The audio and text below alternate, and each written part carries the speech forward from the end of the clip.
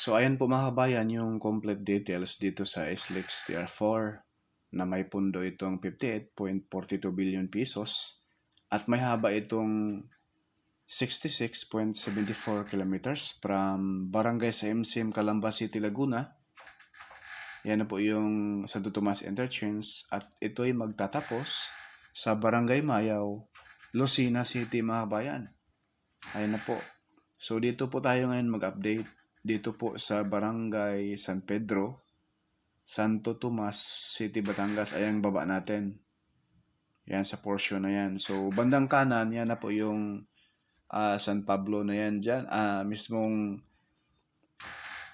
Macban Interchange, no?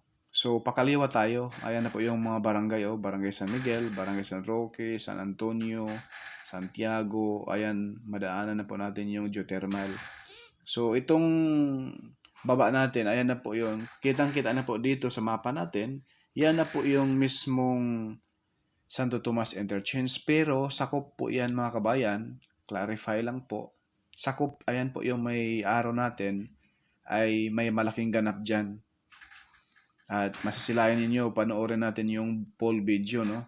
Para makita ninyo yung ganap doon sa Santo Tomas Interchange na kung saan hindi natin paliparan ng mahabang drone mga bayan, no? Record dahil po sa napakalakas yung hangin. Grabe. Yung nagbiyahe tayo rito, halos matumba tayo, no? Dahil sa tinatangay tayo ng hangin mga bayan. Lalo na yung drone natin, muntik na talaga mga bayan. Hindi na makauwi yung drone natin dahil tinatangay ng hangin. Papunta na po sa expressway. So ito na yung ground shot natin mula rito sa Barangay San Pedro, Santo Tomas City, Batangas. Tayo ay approaching doon sa Barangay San Vicente, Barangay San Miguel. Papunta doon ang ating end doon sa Barangay Makiling, Calamba City, Laguna. Doon sa may Santo Tomas Interchange. Ayan po yung promise nito.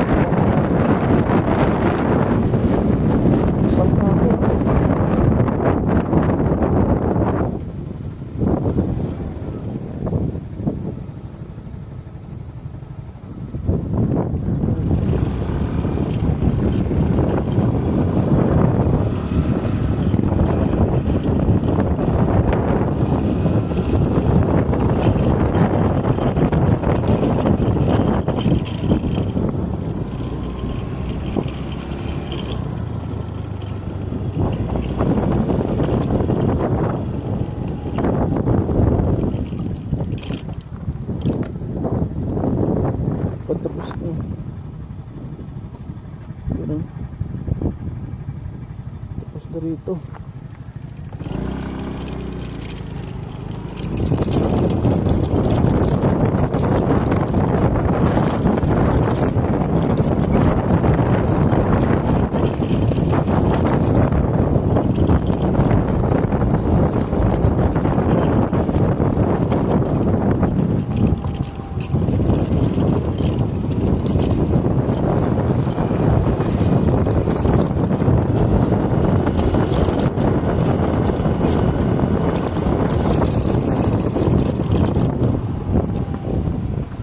Rin. Ang bilis ng gawa.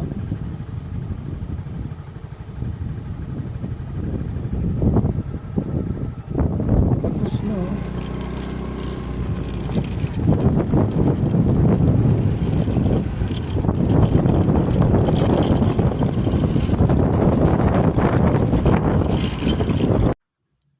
So, napakalaking problema natin ngayon mga kabayan. Hindi makalayo yung drone natin. Napakalakas yung hangin. Tinatangay yung drone natin. Napakadelikado. So, ayan na po dito sa portion ng Barangay San Vicente, Santo Tomas City, Batangas. Itong portion na ito ay tapos na. Yung papunta doon sa Barangay San Pedro, yung dulo na yan, Barangay San Pedro na po yan mga kabayan. Yan po ay 1 lane na lang ang kulang. Bali, 5 lane na po ang natapos. Ayan o. Sa dulo mga bayan, yan na po yung Barangay San Pedro. Sa unahan, yun na po yung mismong Macban Interchange, no? Itong portion na ito mga bayan, ito ay package A po ito. So, sa aking estimate lamang po ito, mga bayan, sa akin lang po ito ha. Baka bago magpasko ngayong 2026, itong Santo Tomas Interchange, Macban, San Pablo, Tiaong, baka ito ay bubuksan na. Sa akin lang po yan mga kabayan na opinion, no? Wala pong ibang nag-ano dyan sa akin. Sa akin lang po yan. Sa aking estimate lang po yan mga kabayan dahil nakikita ko po na ang bilis ng progress dito sa package A. So ito na lamang po ang medyo malaki-laking trabaho. Pero ngayon nasa 70% sementado na. At sisilipin din natin ngayon ang Santo Tomas Interchange dahil last update natin ay mayroon na pong nilatag sila doon na base course, no? Na kung saan pag mayroon na noon ay maglalatag na po ng concrete cement, pero sana nga. So ito yung portion ng Barangay San Vicente mga bayan papunta doon sa Barangay San Miguel ay itong lupa na ito ay hindi pa magalaw-galaw. Alam na. Sa right of way po ito mga bayan. Kaya sana ay maresolba na para bilis po yung progress rito sa package A. So ayan na po. Itong area na ito mga bayan, mga 30 meters. So ayan na po, dito sa portion na ito na po yung Barangay San Miguel na kung saan mayroong creek dito, may maliit na ilog pero napakalalim. So gagawa rito ng tulay mga kabayan. So ayan na po yung nakita kanina sa ating drone shot. Talagang napakalakas yung hangin, grabe. Amihan, no? Ay yung bagyo naman ay nasa Visayas at Mindanao.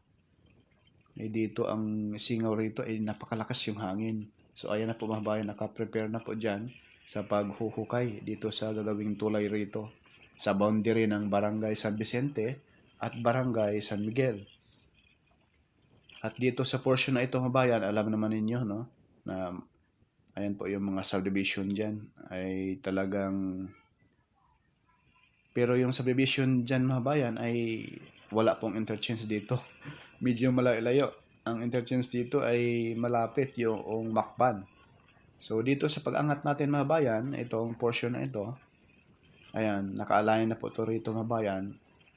Yun po yung alignment sa gawin bridge doon sa nadaanan natin. So itong portion na ito ay simentado na sa area ng Barangay San Miguel, Santo Tomas City, Batangas. So yung dulo, Barangay San Roque. So yun na po ay sinimento na rin po doon mga bayan. Mayroon din doon na right of way issue din na kung saan hindi pa rin magawa-gawa. So dito sa package sa madaling salita mga bayan, ay dalawang right of way issue, no, na hindi pa na-resolba. Sa may Barangay San Vicente, mga 25 meters ang haba. At dito rin po sa madaanan natin ngayon, sa may portion ng pagkalampas rito, bago mag-Barangay San Roque mga bayan, yan sa unahan. Dito ay simentado na rin po. Halos nasa 100 meters ang simentado na rito. Putol-putol din po mga bayan. Pag lampas naman po dyan sa Barangay San Roque, papuntang Barangay San Antonio, mahaba na rin doon ang nalatag mga bayan. Nasa 500 meters. Dito sa portion na ito ay nasa 300. At doon sa Barangay San Miguel mismo ay simentado na buo. So ayan na po mga bayan, no? Yang dulo dyan mga bayan, mayroong putol dyan. Hindi pa magalaw-galaw. At hindi pa malatagan ng concrete cement. Ayan po, dito sa portion na ito. Dati binakuran to mga bayan. Itong portion na ito. Ang problema din ito ay siguro hindi pa nabayaran yung may-ari ng lupa rito, no? Sa portion na ito. Ito na po yung Barangay San Roque mga bayan sa Tomas City, Batangas. Portion na ito. At dyan sa dulo, mahaba-haba rin itong hindi pa na mga bayan, pero may siya, base course na. Ready na rin po, paglatag ng concrete cement. Dati kasi ito ay binakuran ng may-ari ng lupa. Ayan po, yung concrete box culvert na ginawa ngayon rito mga bayan. So, yung pakaliwa, Yun na po yung Maharlika Highway na po doon sa papuntang sa left side mga bayan. So itong portion na ito, ginawa itong concrete box culvert para sa Barangay Road. Paakyat rito sa may Makiling area. So dito mga bayan, sa pag-akyat natin, ito na po yung papuntang Barangay San Antonio sa Datumas City, Batangas mga bayan. So na kung saan yung dulo dyan sa unahan ay ano na, sementado na. So itong portion na ito mga bayan, may base course na po ito mga bayan. Napakatagal na, halos 1 taon na po. Ayan o, sa bandang kanan natin, tinubuan ng ginapangan na po ng mga damo dyan. Tinubuan na po ng mga damo yung gitna mga bayan. So, mabilis lang po to, no? So, itong package, ang malaking trabaho doon na po sa mismong Barangay Makiling area, ang malaking trabaho doon. Dahil yung bundok doon, yun lang po mga kabayan. Siguro naman, bago September ay tapos na. So, ayan po, dito sa portion na ito, Barangay San Antonio mga bayan, ay talagang tapos na po rito ang paglatag ng concrete cement. Matagal na rin po, mga ilang buwan na po, no? Lagi na po tayo nag-update rito na talagang tapos na dito sa portion na ito. Pagkalampas ng Barangay San Antonio, going to Barangay Makiling, to geothermal, so masisilayan natin ngayon mga bayan kung ano na po ang progress dahil last month update tayo rito. Doon sa unahan ay may base course na rin po silang nilatag. So, sana ngayon ay naglatag na po ngayon ng concrete cement. So, ito na po yung Barangay San Antonio. Ito po yung subdivision na talagang kawawa yung mga bahay rito.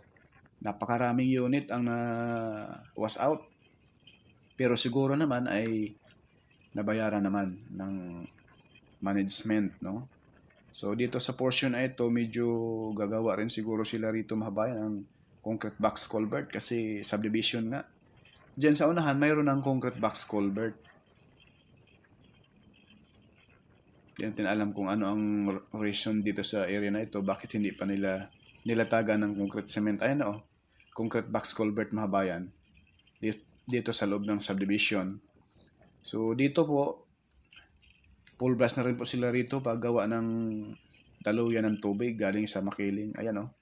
Grabe yung mga rivers mga bayan. Napakasolid. Shout out sa Jimco Corporation. No?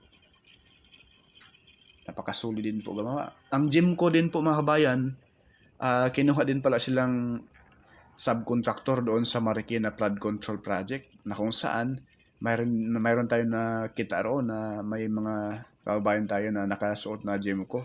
Nag-hi pa sa atin, kilala tayo. Shout out po sa Jimco Corporation. Napaka pang high quality rin po ang kanilang mga gawa mga bayan. Grabe. Talagang siksik, liglig, umaapaw sa mga rivers din po yung mga gawa nila. Ayan po yung gawa nila mga bayan, no? Yung mga girder. Gagawa pala rito ng tulay. Nagtaka ako mga bayan, bakit sila gagawa ng tulay rin eh? Wala namang ilog. Tsaka, baka gagawa sila ng ano dyan mga bayan, no? Yung daluyan ng tubig dito sa portion na ito. Oh. Ayan po yung portal beam ay buhos na. So dito mga bayan, ayan oh. Naka-prepare na po ito mga bayan. Sana may naglatag na rito sa portion na ito. Ito na yung lampas na tayo sa Barangay San Antonio. Going to ano na po tayo, geothermal. To Barangay Makiling. Ayan oh. Ay wala pang latag mga bayan. Pero andyan na po yung base course. Naka-ready na. Last month, ganito din yun.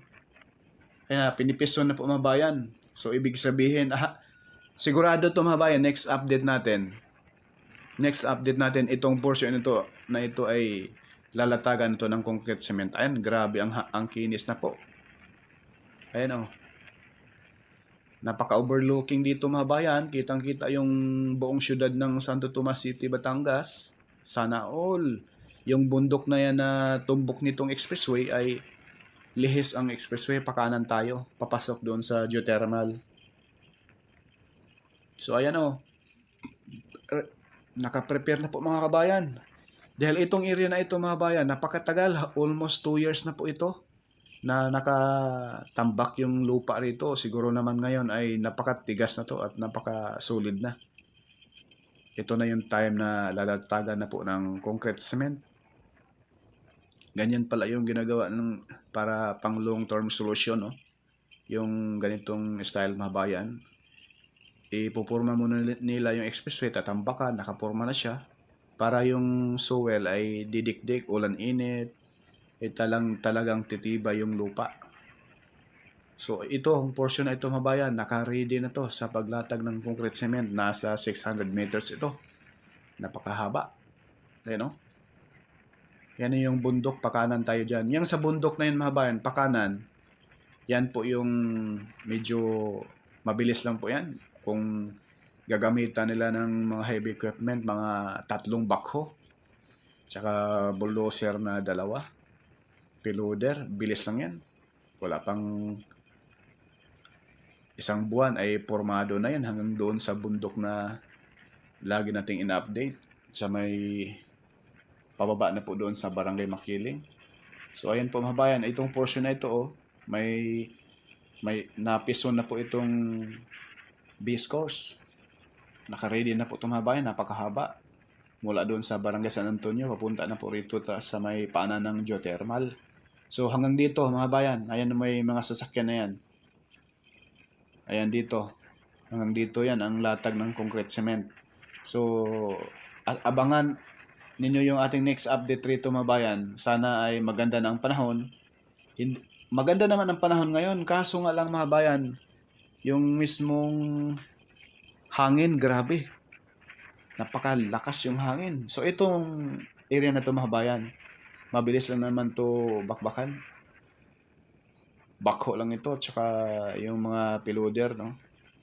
Patag na po ito mga bayan. Ito sa portion na ito at sa kabilang bundok din.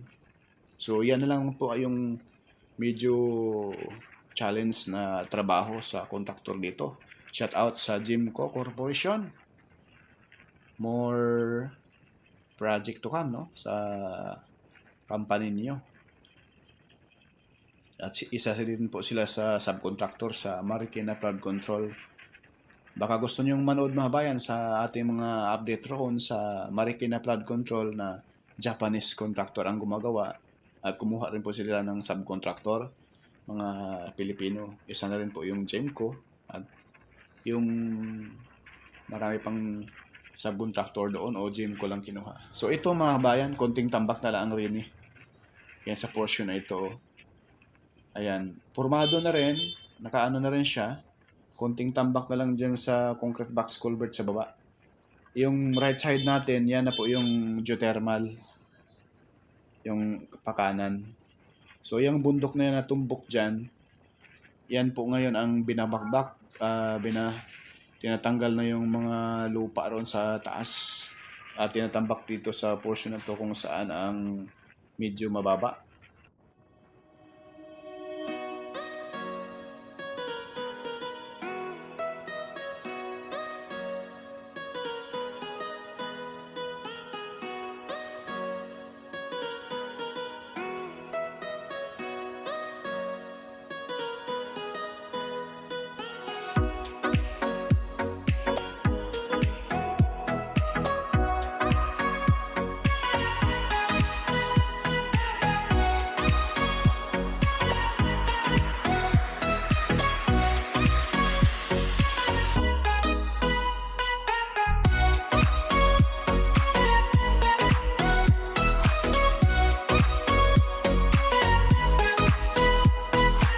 So ito na po mga kabayan, yung napakalaking good news. Ayan po i-zoom natin.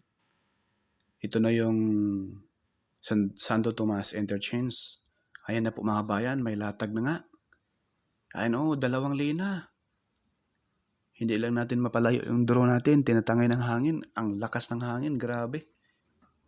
Ayan po mga kabayan Ayan na, hindi natin pwede mapalayo. Nakakatakot yung drone, baka ayan tinatangay na yung drone natin.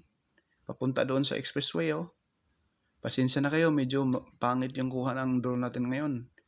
kailangan ilagayan natin yung ating drone sa sports dahil kapag nasa normal ay tinatangay siya. Ayan mga bayan 2 lane na po na ilatag. Sinabi ko na nga yung last vlog natin rito ay maglalatag na ito. Ayan 2 lane. Ayan mga bayan napakalaking good news. Abang-abangan po ninyo yung next update natin rito. Yung wala ng hangin. Dahil ngayon, grabe ang lakas ng hangin. Ayan na po, pababa na po yung drone natin, delikado. Tinatangay tinatangay yung drone natin mga bayan. Nako. Tinatangay. Delikado. Ayan, mabangga na.